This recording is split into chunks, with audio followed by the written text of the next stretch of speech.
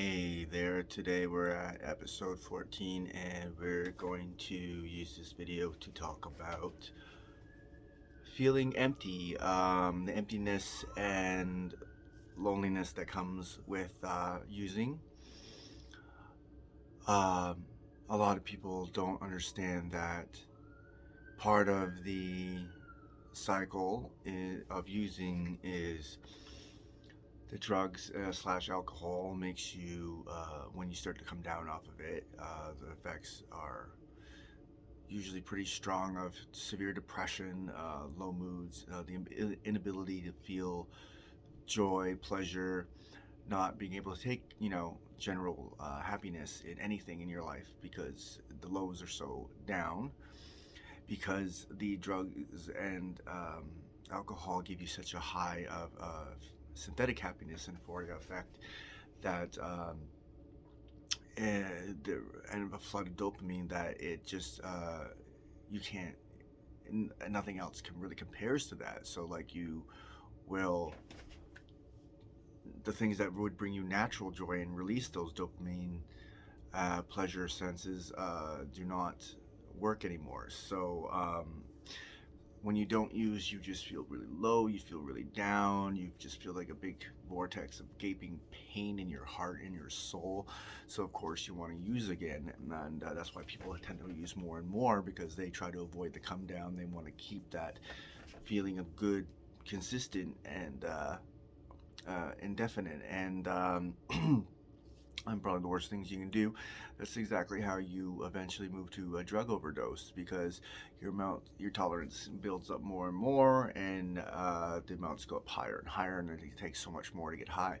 By the time I was done, when I quit using, I was doing quite a bit, and not even for a low amount. Like it was still.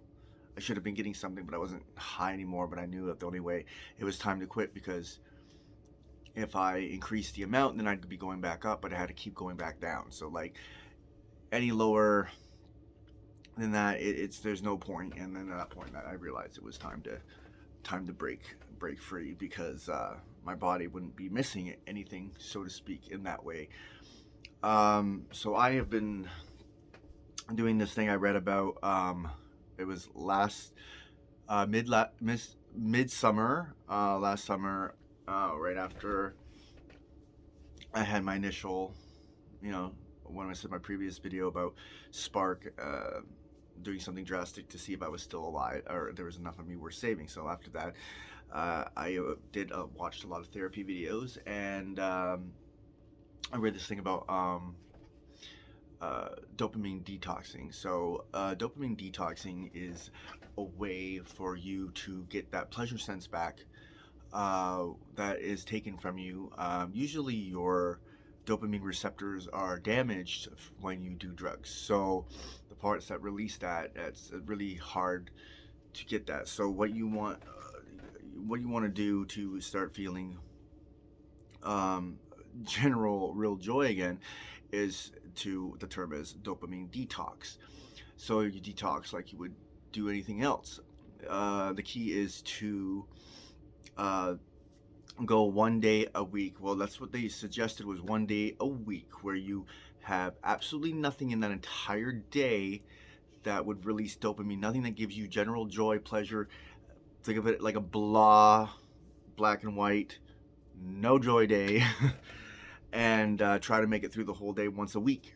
Um, I took it one step farther because, well, I was a little bit farther down that hole, and I felt that I had the strength to do more than 1 day. So I reframed when I wasn't using. I refrained from everything basically I could stand to that didn't bring me joy. This includes anything from eating, comfort food, pleasurable food, sweets, sex, self gratification, um, shopping, anything that basically gives you that pleasure dopamine, you want to avoid at all costs.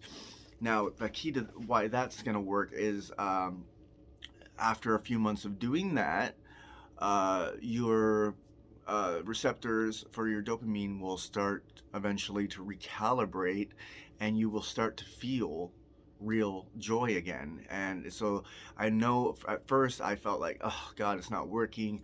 I stuck with it and stuck with it, stuck with it. About 4 or 5 months in after doing that, and that's after doing it more. They say probably about a year. You might be like looking closer to a year, but like understand, like if you can handle more, try to do more. And I started to laugh again. I started to have fun with stuff again. I started to have general happiness and joy, where I was having none before, and I realized that was going up. So like it was definitely working. And now, um, about a lot farther into it, I'm having perfectly fine, happy, contentment days. I'm having a lot of days with natural, non-synthetic happiness. So it is definitely, the more and more time goes on, the stronger it gets. So I am definitely, uh, I say, advertisement for that definitely works. It definitely works. And I know in the hardest parts of it, it just doesn't seem like you're ever gonna feel happy again. It feels like the lows are so low that you just want to die. It's consuming. It's You don't understand how you're gonna make it another minute, and the thought of even like, nah, it's never gonna happen. I'm never gonna feel joy. I've gone through so much pain that it just doesn't, in my brain, it's not even computing that it's a possibility to feel that joy again. But I promise you, it's a possibility. Now, this takes a lot of discipline and commitment, and if you're serious about getting sober, this is one thing that's gonna contribute to a healthy, sober lifestyle again. And it's not to be taken lightly. You can't go on, uh, you can't miss a bunch of weeks and forget about it. No, it's like anything else. You have to commit 100%. Getting sober only happens when you commit 100%. You can't be half in, half out. You can't try to live both lifestyles. I tried that for so long. It does not work. I promise you, you're not going to find some gray area. You're not going to find some magic loophole. You're not going to find a wardrobe to Narnia where you can be high on the weekends. It just doesn't work that way. You have to be 100% committed to one lifestyle. You can't go back and forth. You just fuck yourself up worse. So if you're like 100% serious, this is a huge key to it. This will bring happiness and joy and good things back into your life. And like I said, it's gonna take months before you really get there. But I promise you will start feeling the difference. And I remember just watching something, and then like generally laughing so hard, almost like I couldn't breathe. I was laughing so hard, and I'm like, I can't remember the last time I actually laughed that hard. And because it was just been like super emo, like let's put on some Adele and pull out some razor blades, kind of like depressing. But it's changed a lot of my life just doing that one thing. And granted, like I said before, I am doing multiple forms of rehabilitation, and there's a lot of structure here at work, but that is one definite important key. So to go over again, so we have for our structure, just for those who missed it in any other episodes, we got rid of all the toxic people. No more toxic people allowed in the circle. That was a huge key. Like I said, one person can fuck up the whole system. Can't be not worth it. They are not your friends if they cannot be happy for you and never respect your boundaries and wishes. That is just a fact. If that relationship is not reciprocated, it needs to be annihilated 100%. So you have to cut those out. First of all, after surrendering that you are powerless in your addiction, because that is a first big step to recovery. So after that, you basically have to get rid of all the toxic people. You do whatever you want. You don't have to be rude about it. You don't have to be like I was very respectful. I had sat down and talked with everybody, one person at a time, explained where I was coming from, explained what I needed, and I explained why I couldn't see them again anymore and why we had to break ties. Everybody respected what I said. They said they were rooting for me.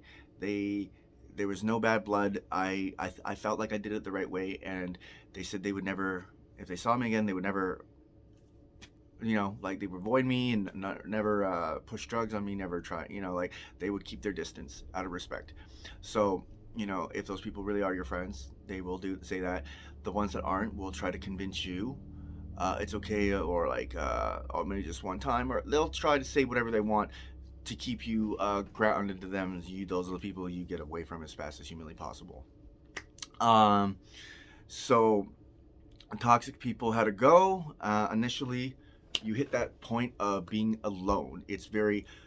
I have a few weeks of just me sitting there having way too much time to myself with my own thoughts. That can sometimes be terrifying, not gonna lie. So what I did was I started going to NA immediately. Well, after realizing that I couldn't be alone with, that much time alone, it was too much. So NA, huge help. It will start to integrate you back into having meeting people, going through exactly what you're going through. People who know you inside and out. People you walk into a meeting and immediately just feel comfortable because everybody has a similar story close to yours. It's a full of a room. It's a room full of people that literally can relate to so much. They will not judge you. They don't look down upon you because they get it. They get you. They understand. And it's a place where you're going to feel very comfortable if you allow yourself to be 100% vulnerable. You have to let those walls down to heal. So once I did that, that was a great stepping stone. And I shared my first meeting, and I was terrified and I shook, and I don't even really remember what I said because I was so just nerves and anxiety. But I felt like if I just did it and got it over with, it'd just get easier after that. And it really did. It really did. So that was my next step. After that, spiritual enlightenment. I was listening to faith radio. I felt like I heard a sermon that spoke right directly to me, exactly how I was feeling, what I needed to hear, when I needed to hear it the most. The odds of that coming on right at that exact moment I thought were just like slim to none. So a church that my aunt used to go to, and then I always walk by a lot. I gave it a shot.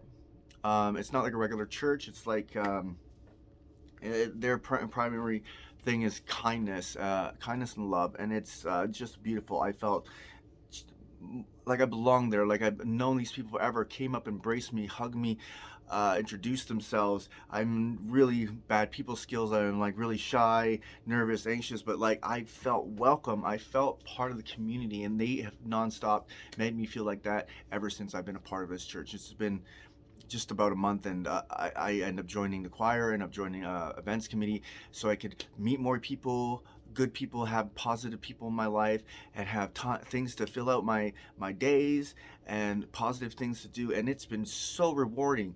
It has been one of the best things I ever did in my life, and I look forward to so much more with that. And so that now I'm meeting lots and lots of different people from walks of life, all with love and kindness and goodwill, bringing all that positivity back into my life.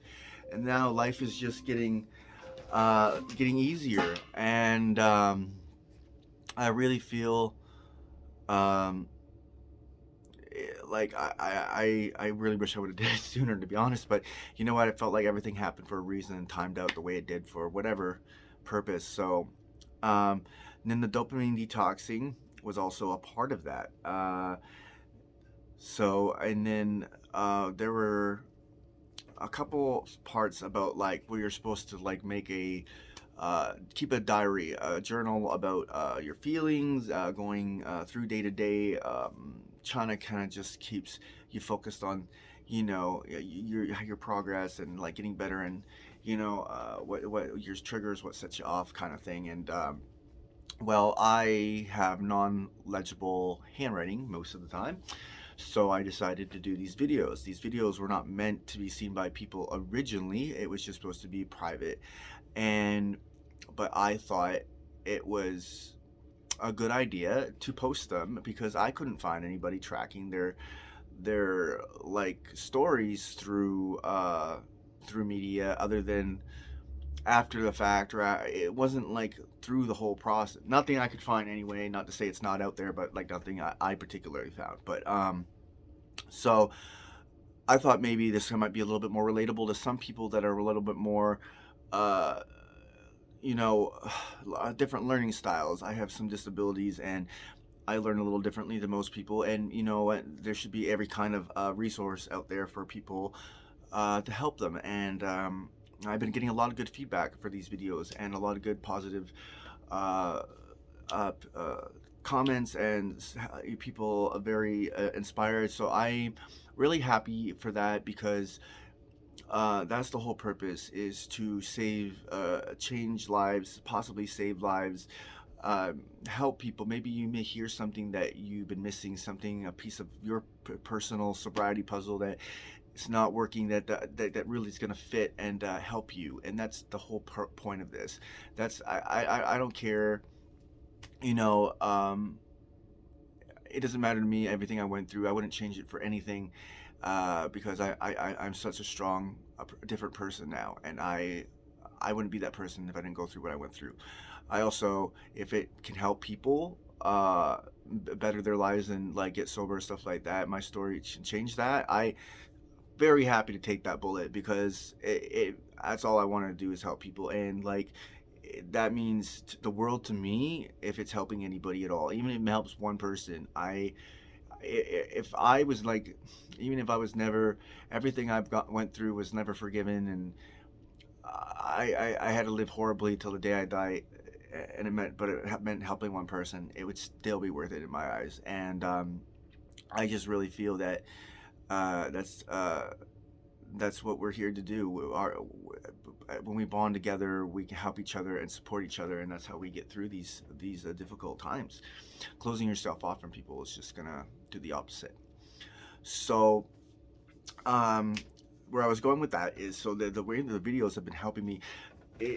Not only do I watch them back all the time, and it's like I can see the progress from video to video, but like it's to watch myself say these words is it's bringing that truth that I needed, that acceptance of what I feel and why I was feeling it, but like acknowledging it and watching me say those words sinks in the reality of the truth of it all.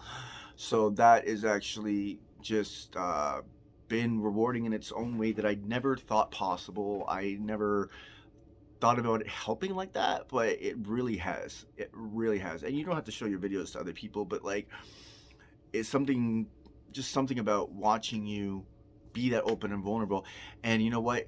Because I was so uncomfortable being vulnerable in front of strangers and stuff like that, like now it's pushing me way beyond outside that box of being comfortable being this vulnerable openly. And that's what it is. I'm letting everything out, and I'm not holding anything back. And that is the biggest thing for me, because years of repressing is definitely just done a lot of damage, and it's almost killed me more times than I can count. And I feel so good not to have to hold on to any of it anymore. Having it out in the open, having it all over the internet. Well, I can't take it back for one, so it's out there, and I can make peace with.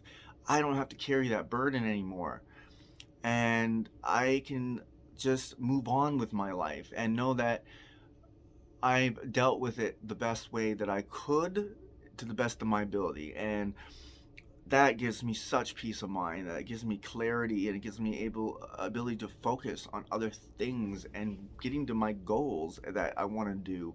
Because now I have goals, and now I have things I look forward to and things I'm planning in my future, because I didn't see a future for myself before, but now I am.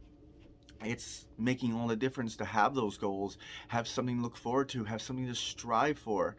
And I look forward to many years, as many as God will give me, to enjoy the time I have now being this person. And I'm just thankful. I am truly blessed and thankful to have that. I'm blessed for this day and any other that come that I may have, and I cannot pray thanks enough for that. Um, so uh, the vulnerability and the videos, but also playing a huge part in that. I just got a sponsor as well in NA. So if anyone doesn't really know how NA is, I would suggest watching the show Mom. It really made me comfortable to walk through that door, know what I was going to expect, know what I was going to be expected to do, and what the program is generally like. It took me a long time. I watched the whole show through before I got comfortable enough to even say I wanted to go to NA and then walk through that door. But I did it eventually. But like that show really helped. Like I can't even say how much it helped me. You just get like, and not only that, it like triggered a lot of things for me to make me think about what I would want to share, things I were holding in, and that show was really kind of like a therapeutic tool for myself. So anybody who hasn't seen it, I highly suggest, if you're thinking about doing it, watch that show first, and then you'll get way more comfortable with what NA is kind of like and what is to be expected of you and what to expect, because that way when you walk into it, it's not so overwhelming. You'll still be nervous if you're going to share, but like it's not going to be nowhere near as bad as it would if you had no walking to it blind. That's all I'm saying about that. Um, so having that sponsor is really gonna help guide me through the step work now, and I'm really excited and looking forward to that. And I know I can rock it out of the park, and I have no doubts whatsoever, because I have complete 100% faith in myself and in my life and in my future, and that's the most important thing. My confidence level has skyrocketed. My views of myself, my perception, everything has just been going through the roof as I've been working through these things, and doing each one of these things have played a huge part in getting me to the next step and pushing me up farther, farther, higher, higher. So collectively, everything I'm doing is working as one, pushing me all up and lifting me up. So it's fantastic, and a lot of those relationships that were broken through friends and family have now been mended, are mending anyways, and people have reached out to me, I have reached out to them, and they're starting to finally mend. They see how different I am now and the progress I'm making, and I thought a lot of that stuff was like long gone, and I was never going to get a lot of those people back. But as soon as I like surrendered to my addiction, and that I was powerless. That was just ever since then, it's been a non-stop, one after another. And then next all these great resources are happening all at once, and then my counseling is going good, and that started like right after this all happened too, and it's been like the counseling has been helping too, at having additional things to talk about, and maybe some stuff that are just a little too hard to, or I think are maybe too graphic for my video diaries. Um, I don't really think there's much I've held back, but uh, it's I don't know. I don't want to make people uncomfortable either, but um, there's like there's probably some still stuff I have to get to. I'm trying not to rush through everything at once. Just trying to give everything its own time and space for working through and getting over. So I'm sure eventually through these videos we'll get to every single one of them. Um, and there's no end in sight for these videos right now. Right now, that's just they're too important. They're too important to me, and they're important to the people in my life to get to be on this journey with me, and they're important to those people that watch them and subscribe, and for whatever reason. And I'm just really happy about that. Um, I uh, like I said before, finding out the perfect recipe for your own sobriety is through trial and error, to be honest with you. And there are going to be slip ups. Don't be too hard on yourself. It happens, but immediately just pick yourself back up, get to a meeting, continue on. Fuck ups are gonna happen. That's just life. But if you're hard on yourself and you tear yourself down every time you do it, you're just gonna make it worse on yourself. So please don't do that. Understand we're all human. To err is human, forgive divine. Remember that. Um, Nobody in this world is perfect, never gonna be, and you have to, forgive yourself for a lot of what why you're what you haven't forgiven yourself for. I guess you would say. It's based on the individual, but we're all holding in things that we, hate ourselves for, our mistakes we made. So that's another piece of the puzzle that plays a very important role.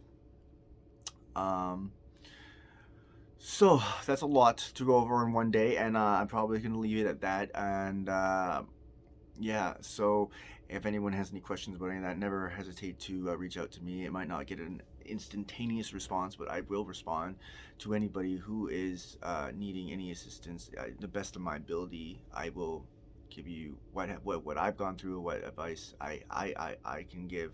I'm not no professional, but I can just share my experience and relate to what's worked for me. So that's all I can really do. But I just want to say thank you for watching, and that's enough for today.